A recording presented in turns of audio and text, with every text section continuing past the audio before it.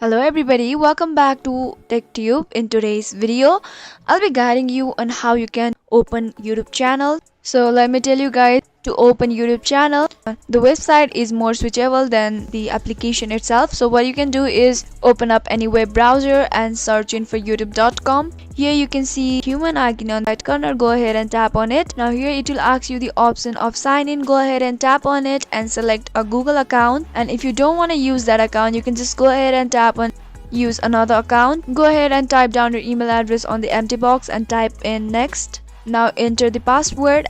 Once you have entered your password, go ahead and tap on next, and here you can see you are signed in, as you'll be seeing your email address, and it will ask you complete a few suggestions to get the most out of your Google account.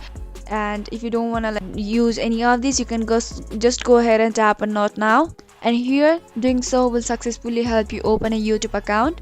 So if you found the video to be helpful and informative, go ahead and subscribe to our channel and also press the notification bell for more updates.